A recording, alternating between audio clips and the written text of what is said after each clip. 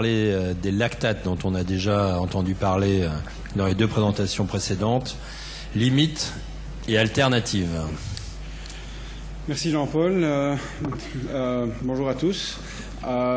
Effectivement, je vais parler en belge, parce qu'effectivement, je vais parler du lactate, parce qu'on n'a qu'un seul isomère, et pas comme en français, on dit les lactates, parce qu'on ne va pas parler des deux isomères de lactate, parce qu'on n'a qu'un seul qui est produit par les bactéries, donc on va parler que celui que les mammifères produisent, et donc le lactate. Et donc, quelles sont les limites au pluriel et alternatives? Ça, c'était moins au pluriel du lactate. Mais donc, effectivement, c'est le topo de mon tour. Donc, le lactate ici, c'est vraiment quelque chose d'extrêmement important.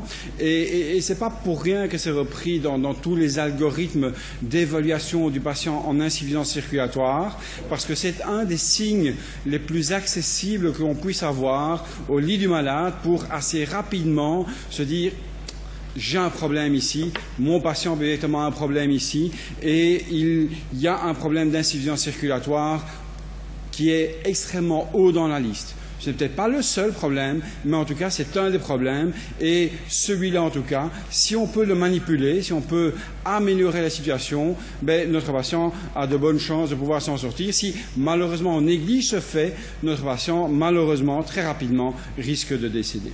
Et effectivement, le lactate et l'oxygénation tissulaire sont extrêmement liés.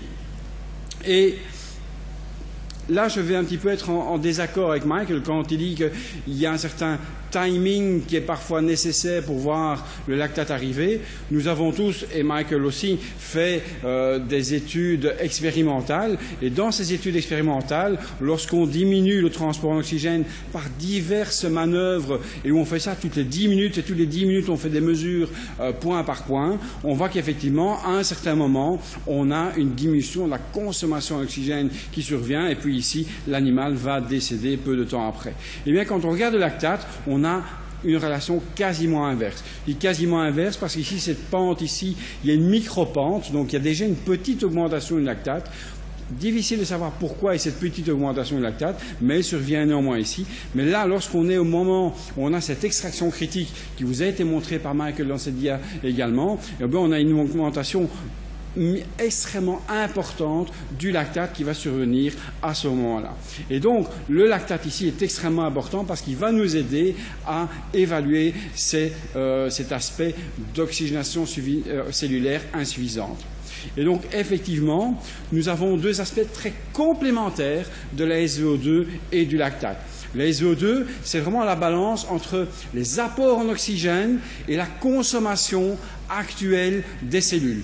Mais cette consommation peut être insuffisante par rapport aux besoins métaboliques. Et dans ce contexte-là, on regarde le lactate, qui est la balance entre la consommation actuelle en oxygène et les besoins métaboliques en oxygène de cette cellule. Et donc, on a deux informations complémentaires, et donc, il faut vraiment regarder les deux, et pas un seul à la fois, bien évidemment. Alors, est-ce que l'hyperlactatémie est associée à un mauvais devenir? On a des données déjà de Max Harry-Wild qui nous montraient dans la fin des années 60, mais des données plus récentes sur des larges banques de données, comme ici le groupe de Bellomo en Australie, 7000 patients. En Australie, ils ne font jamais quelque chose en dessous de 7000 patients, donc une banque de données de 7000 patients, et on regarde effectivement que le lactate, plus il augmente, plus on voit ce risque de mortalité qui augmente. Et vous voyez que déjà, pour des petites augmentations, on a quelque chose ici. Les données, comme vous savez, la Survive Sepsis Campaign insiste assez fort sur le fait qu'un lactate au-dessus de 4, il faut absolument faire quelque chose. Faisons attention, déjà avec un lactate entre 2, qui est considéré habituellement comme la limite supérieure à la normale, et 4, on voit qu'on a déjà une augmentation de mortalité assez significative à ce moment. Alors, est-ce que les mesures de lactate peuvent aider vraiment au triage? Ben, on a quand même des données assez intéressantes ici. Des patients qui se présentent avec une infection dans un service d'urgence, donc le tout venant. Il y a des chocs septiques, bien évidemment, mais il y a des patients qui ont seulement, qui toussent un petit peu et qui vont avoir une pneumonie. Et effectivement, on voit que quand on a ces patients avec une infection, un lactate entre 2 et 4, ou pire encore, un lactate au-dessus de 4, est associé OK à la mortalité hospitalière, mais vous voyez aussi à la mortalité dans les 3 jours. Donc vraiment un phénomène très très rapide qui mérite bien évidemment toute notre attention dans ce contexte-là. Et ces données-là sont des données qui sont complémentaires, encore une fois, avec l'évaluation hémodynamique classique. Ici, encore au service d'urgence, on voit qu'effectivement, quel que soit le niveau de pression artérielle, et donc encore une fois, je parlerai belge, donc effectivement, quand on est en dessous de 70 de pression artérielle ou au-dessus de 90, et bien on voit effectivement que le niveau de lactate, quel que soit le niveau de pression artérielle, apporte un supplément d'information par rapport au devenir de nos patients.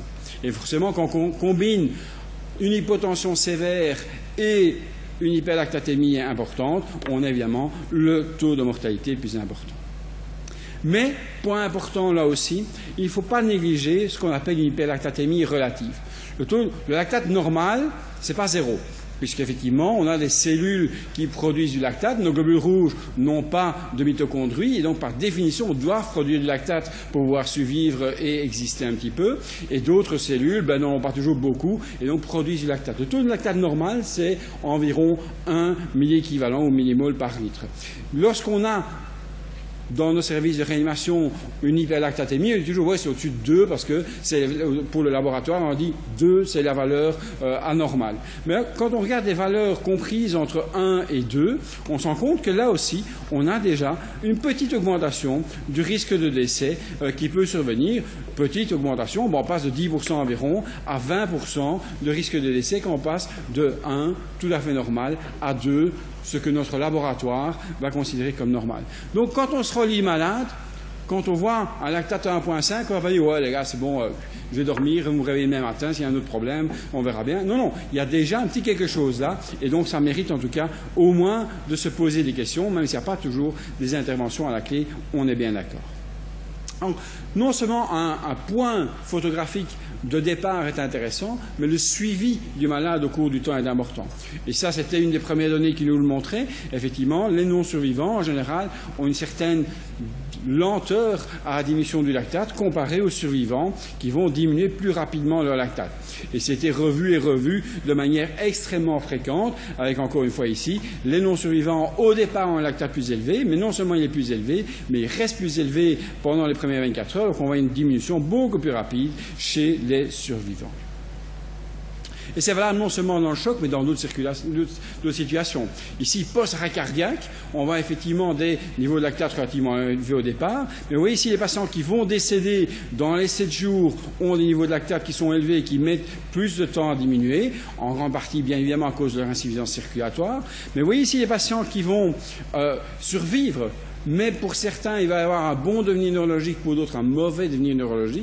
Vous voyez que les patients avec mauvais devenir neurologique, malheureusement, ont une diminution du lactate moins rapide, ce qui signe là aussi probablement, peut-être, soit une composante cellulaire associée, soit une production de lactate qui survient encore parce que l'hémodynamique n'est peut-être pas un petit peu tout à fait aussi bonne et que peut-être qu'il faudrait mieux perfuser le cerveau. En tout cas, ça c'est intéressant parce que même hors du sepsis, hors du choc pur et dur, on peut avoir un intérêt pour le lactate. Alors, on commence à avoir des évaluations un peu plus complexes, et donc puisqu'on voit que le niveau de lactate est important, que la vitesse à laquelle ça peut diminuer est important, on va faire des courbes pondérées, et donc on fait des courbes pondérées pour dire qu'effectivement, plus grande est cette surface ou cette aire sous la courbe d'une hyperlactatémie, plus grand sera le risque de décès comparé à des aires sous la courbe d'hyperlactatémie qui sont plus petites. Au lit du malade, ça devient plus compliqué à faire, et donc on va probablement plus se contenter de voir l'évolution entre un point et le suivant, plutôt que de réellement faire ce genre de calcul, qui de toute façon ne peut être valable qu'a posteriori quand on aura passé les 24 heures, et donc nous on veut intervenir évidemment plus rapidement. Donc ce qu'on va regarder, c'est plutôt des pourcentages de diminution, et donc là, quel est exactement le pourcentage de diminution qu'il faut avoir? Et donc des données un petit peu anciennes de ces groupes nous disaient qu'il fallait 10% de diminution de lactate, et qu'avec ça on était super content. 10% n'est peut-être pas assez. Et quand on regarde effectivement ici, on regarde que pour une diminution de lactate en 6 heures, ici, de 0, on ne diminue pas, c'est le moins bon. Mais on diminue de 10 à 20%, on améliore un petit peu les risques de décès. Mais vous voyez que plus on est capable d'avoir une diminution du lactate qui va survenir dans ces 6 heures, meilleur sera le devenir de nos patients. Donc on doit, théoriquement en tout cas, essayer d'obtenir la plus grande décroissance possible du lactate chez nos patients. Alors, faut-il vraiment regarder simplement cette décroissance ou faut-il tenter d'avoir des niveaux de lactate strictement normaux? Peut-être que finalement, viser une normalisation du lactate est peut-être encore mieux, puisque vous voyez qu'effectivement, en termes de risque de décès, c'est là où on a le risque de décès le moins grand par rapport à d'autres aspects qui sont un petit peu moins fortement associés à un meilleur devenir chez nos patients. Et puis, ce n'était pas juste 6 heures non plus. Parce qu'effectivement, si on regarde sur 24 heures, on se rend compte qu'effectivement, plus grande est la décroissance, plus grand, effectivement, sera le risque de survie chez nos patients. Et donc, non seulement il faut regarder à 6 heures, mais il faut probablement regarder sur 24 heures. Alors, est-ce qu'il faut regarder plus loin encore? Là, ça devient plus compliqué parce que, comme le disait Didier Payan au départ, on commence à avoir des phénomènes cellulaires qui vont survenir au bout d'un certain temps et que notre marge d'intervention pour les phénomènes hémodynamiques, et c'est surtout sur ça qu'on va se baser en regardant le lactate, c'est probablement dans les 24, voire maximum les 48 premières heures. Par après, on est un petit peu plus limité et c'est clair qu'il faut donc se focaliser dans notre évaluation hémodynamique sur ces 24 voire 48 premières heures. Or, on a de nombreuses études qui nous montrent cette valeur pronostique, mais quelle est exactement la source du lactate dans ces conditions-là?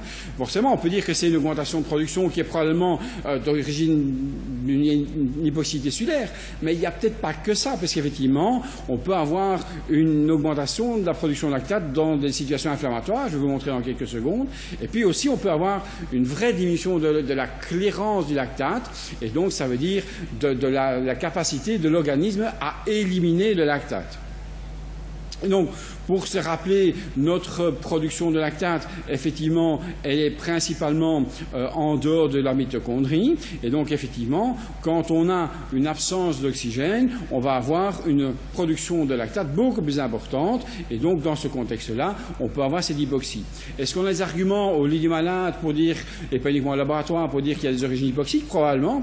Et donc, ce travail déjà finalement assez ancien de Bruno Lévy, qui nous montrait que les patients, déjà en sepsis, mais surtout en état de choc septique, on avait des arguments pour une origine hypoxique avec un rapport lactate-pyruvate relativement élevé dans le sepsis, mais encore plus dans le choc septique chez ces patients, et donc probablement une origine hypoxique, en tout cas chez pas mal de ces patients. D'autre part, on doit bien admettre qu'une partie de l'hyperlactatémie peut parfois être d'origine non hypoxique et qu'un rapport lactate-pyruvate, comme vous le voyez ici, strictement normal, et que dans ces conditions-là, voir un lactate élevé pour un même niveau de lactate, il n'est pas toujours évident de savoir si ce niveau de lactate-là est associé à un phénomène hypoxique pour lequel on voudra augmenter les bicala du patient versus un autre phénomène. Et vous voyez qu'effectivement, les non-survivants ont en général un rapport lactate-pyruvate encore plus élevé que les survivants qui en général ont un rapport lactate-pyruvate normal. Alors lui, c'est que mesurer le lactate-pyruvate au lit du malade, c'est vraiment très très difficile, et qu'en dehors de situations expérimentales comme celle-ci, où c'est relativement facile à faire, en routine clinique, malheureusement, on ne peut pas le faire.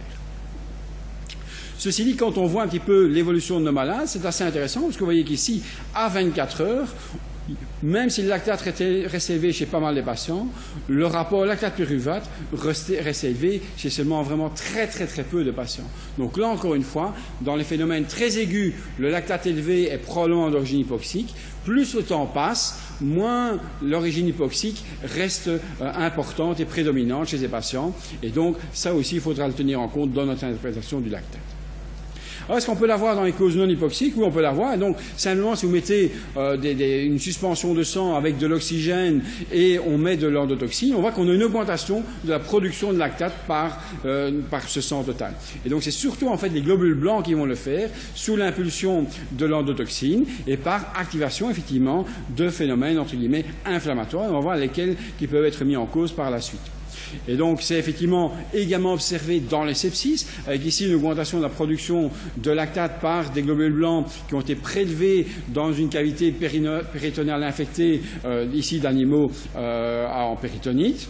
On peut l'avoir également quand on regarde des gradients régionaux. Et ici, on avait fait ce travail en regardant ce qui se passait dans la RDS ou la acute injury, comme on l'appelait à l'époque, et on voit qu'effectivement, il y a une augmentation extrêmement importante de la production de lactate entre le sang veineux mêlé et le sang artériel, et donc que ce gradient-là est augmenté. Il ne l'est pas dans d'autres circonstances, et en d'autres parts, des circonstances parfois ischémiques, comme une transplantation pulmonaire. Vous voyez qu'on a très très peu de production de lactate par les poumons. Par contre, on l'a très très fortement ici dans la RDS.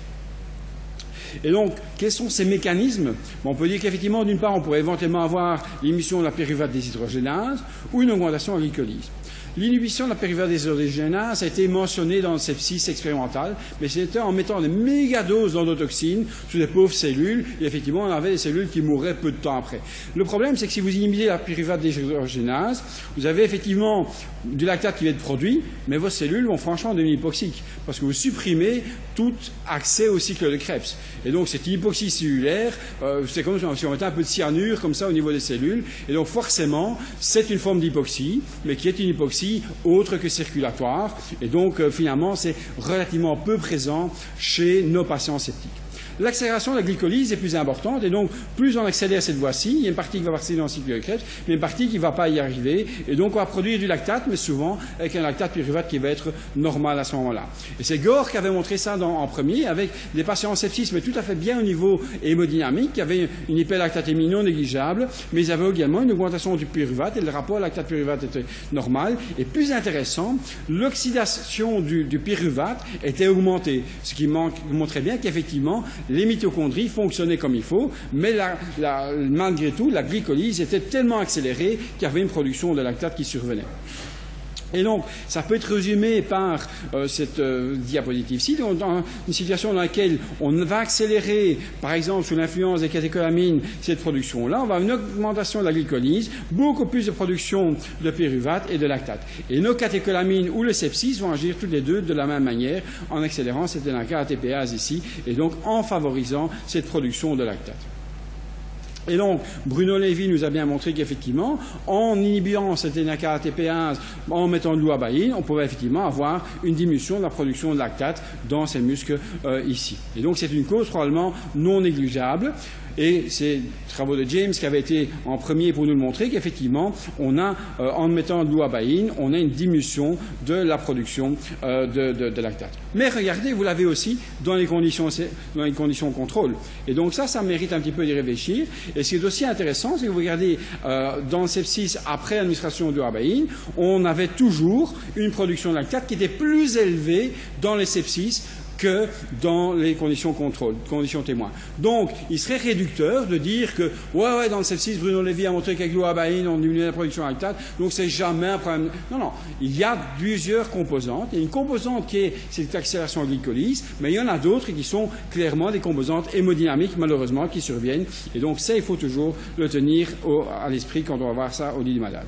Diminution de la clearance, et donc là, il faut faire attention, il y a parfois un petit raccourci qui est pris, quand on dit la clearance du lactate, quand on dit qu'il faut diminuer de 10%, etc., c'est en fait la diminution du lactate plus exactement, parce que tout taux de lactate, c'est toujours la balance entre d'une part la clairance vraie du lactate et d'autre part la production de lactate, et donc c'est un terme qui est parfois un petit peu mal utilisé. Donc quand on regarde la vraie clairance du lactate, c'est-à-dire l'émission du lactate, bien effectivement, elle est parfois un petit peu diminuée dans certaines circonstances dans le sepsis, et donc ça peut évidemment être un problème. Alors, est-ce que ces niveaux de lactate peuvent nous aider à identifier les patients qui peuvent bénéficier d'interventions hémodynamiques? Mais probablement oui. Et donc, ça, c'est une des études les plus récentes. Il y en a d'autres qui avaient montré ça dans le temps aussi, qu'effectivement, quand on regarde les changements de DO2 et de VO2, on peut effectivement voir qu'il y a des patients qui vont augmenter leur consommation d'oxygène, d'autres qui ne vont pas le faire. Mais que ce qui est assez intéressant, vous voyez qu'effectivement, les patients ici qui avaient augmenté leur consommation d'oxygène avaient au départ un lactate très élevé par rapport aux patients qui ne vont pas le faire, qui ont un lactate relativement bas. Et vous voyez que par ailleurs, la diminution de lactate sous remplissage permettait également de voir que ceux qui avaient augmenté leur consommation d'oxygène avaient également diminué leur lactate par la suite, tandis que les patients qui ne modifiaient pas leur consommation d'oxygène ne modifiaient quasiment pas leur lactate en cours de traitement. Alors, a-t-on des alternatives? Et c'est là qu'il faut effectivement parler du gradient veiно-artériel en CO2 dont parlait Michael Pinsky il y a quelques secondes, parce qu'effectivement, ce gradient veino-artériel en CO2 peut nous aider assez fort. Il est très légèrement lié au débit cardiaque, mais vous voyez que cette relation est assez large. On ne peut pas dire qu'effectivement on est moyen de vraiment suivre le gradient véno-artériel en CO2 pour dire s'il est à 5, vous avez un débit cardiaque à 3, s'il est à 6, vous avez donc un débit cardiaque à 2. Non, c'est une relation un petit peu inverse, mais malheureusement relativement large. Pourquoi large? Parce qu'il y a d'autres facteurs qui jouent un rôle, et en particulier, comme on le disait, les niveaux microcirculatoires qui vont jouer un rôle extrêmement important ici. Et donc, on peut utiliser cette évolution de gradient véno-artériel en CO2 pour effectivement que certains patients qui ont un gradient élevé sont plutôt les non-survivants à ce moment-là, tandis que ceux qui ont un gradient normal sont plutôt les survivants, avec une meilleure fonction d'ailleurs le lendemain. Mais des études plus récentes sont encore plus intéressantes dans ce contexte-là, parce qu'elles permettent de nous montrer non seulement que ce gradient de CO2, dont on met en général à la limite aux alentours de 6 mm de mercure, et encore une fois, ça c'est une valeur statistique qui est prise pour l'instant, peut-être qu'on changera dans le futur en raffinant un petit peu ça quand on a un petit peu plus d'études. On voit ici cette étude assez intéressante qui nous montre l'évolution en termes de SOFA-score, qu'on voit effectivement les patients qui au départ ont un gradient qui est élevé et qui reste élevé malgré les traitements. Ces patients-là ont une dysfonction d'organes au 3e jour qui est assez élevée. On voit les patients qui au départ ont un gradient qui est bas et qui reste normal dans les 24 heures qui suivent. Ces patients-là ont un SOFA-score, donc une dysfonction d'organes relativement basse. Et puis vous avez les deux autres patients au milieu qui sont assez intéressants. Vous voyez ici les patients qui au départ étaient avec un gradient normal mais qui va se détériorer malgré les interventions que les médecins ont fait. Vous voyez qu'effectivement ces patients-là vont avoir une dysfonction d'organes qui va survenir de manière relativement importante. Et puis ici, les patients qui avaient un gradient qui était élevé au départ, mais sous l'impulsion, sous l'effet des traitements de leur médecin, ils ont eu une amélioration de leur gradient. Vous voyez, ces patients-là ont relativement peu de dysfonction d'organes par après. Et en termes de survie, ça suivait. Vous voyez qu'effectivement, les patients qui ici ont toujours eu un gradient de CO2 qui était normal ont une survie qui est relativement bonne, avec 80 à 90% de survie. Vous voyez les patients ici qui ont toujours eu quelque chose qui était mauvais, eh bien ces patients-là, ils ont une survie aux alentours de 40 à 35%, donc 65% de mortalité. C'est mieux que dans certaines régions d'Italie, on est d'accord, mais en tout cas, donc il vaut mieux traiter parfois en Colombie qu'en Italie, je suis d'accord. Mais donc effectivement, vous voyez ce point ici, où on a 60% de mortalité quand on a un gradient de CO2 qui est assez élevé. Et puis vous avez les effets un petit peu intermédiaires, avec ici les patients qui ont au départ qui sont bas mais qui se dégradent, et vous voyez qu'effectivement la mortalité est assez élevée chez les patients, quasiment comme pour les autres. Et par contre ici, lorsqu'on était un gradient qui était élevé au départ mais qui se corrige, on voit qu'effectivement la mortalité est relativement minime chez ces patients-là. Donc ce gradient de CO2 peut nous aider pour évaluer l'efficacité de notre réanimation au lit du malade, et je pense que c'est probablement une des voies d'avenir, comme le mentionnait Michael Pinsky il y a quelques secondes.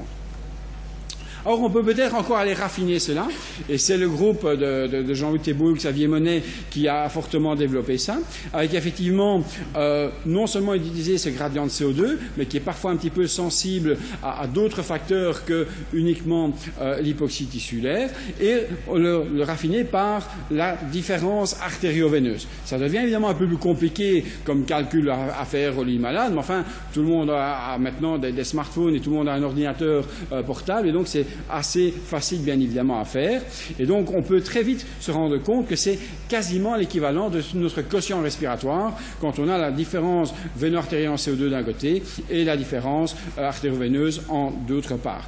Et donc ce gradient véno-artériel en CO2 prédisait très très bien l'hyperlactatémie. Vous avez dit il suffit de mesurer le lactate, on serait content, mais donc on a d'autres aspects plus intéressants encore, c'est l'association par rapport au devenir du malade, et puis comme nous le montrait Xavier Monet dans son étude récente, ce gradient nous permet également de bien deviner, ou prédire plus exactement, quels sont les patients qui vont vraiment bénéficier d'un remplissage, c'est-à-dire non seulement augmenter, entre guillemets, bêtement leur débit cardiaque, puisque donc, comme nous l'a montré Michael Pinsky dans certaines études, on peut mettre la dobutamine ou des liquides, on augmente la macrohémodynamique, mais les tissus, finalement, il ne se passe rien de mieux au niveau des tissus. Mais effectivement, en regardant le niveau de lactate ou en regardant ce test-là, on pouvait voir ou prédire quels sont les patients qui, non seulement vont répondre au remplissage en termes d'augmentation de débit cardiaque, mais également au niveau tissulaire, en augmentant leur consommation d'oxygène. Et donc ça, c'est peut-être la voie d'avenir, parce qu'effectivement, on a ce moyen moyen de prédire quels sont vraiment les patients qui vont tout à fait bénéficier de nos interventions hémodynamiques. Et avec ces patients-là, augmenter leur consommation en oxygène avec effectivement un lactate élevé, une SVO2 qui n'était pas très différente dans les deux groupes, un gradient veno-artériel qui était différent et surtout, on voyait que ce gradient veno-artériel divisé par les différences artério-veineuses était franchement différent chez ces patients-là par rapport aux autres. Donc ça semble être un outil qui pourrait nous aider et qui serait effectivement une alternative ou au minimum un complément aux mesures du lactate et en tout cas qui nous permet de dire plus facilement quelle est la composante hypoxique d'une hyperlactatémie par rapport à une élévation simple du taux de lactate. Donc, en conclusion, les mesures de lactate sont utiles comme triage pour identifier les patients qui sont en insuffisance circulatoire et, d'autre part, évaluer l'efficacité de nos mesures de réanimation qu'on peut appliquer de manière hémodynamique à nos patients. Cependant, il faut bien admettre que toute hyperlactatémie n'est pas un synonyme d'une hypoxie tissulaire, puisqu'on a effectivement des causes non hypoxiques qui peuvent participer à l'hyperlactatémie. Et parfois, certaines de celles-ci, comme par exemple une diminution de la perfusion hépatique associée à une diminution de la clairance de lactate, là, ça peut bénéficier d'une amélioration hémodynamique, mais beaucoup d'autres, malheureusement, ne seront pas améliorées par ce genre d'intervention hémodynamique. Et les gradients véno-artériels en CO2 éventuellement divisés par la différence artério-veineuse en oxygène peuvent nous permettre de mieux identifier quels sont les patients qui ont une hyperlactatémie d'origine hypoxique et qui donc sont vraiment les patients qui doivent alors là mériter toute notre attention pour tenter d'améliorer leur état hémodynamique. Je vous remercie pour votre attention.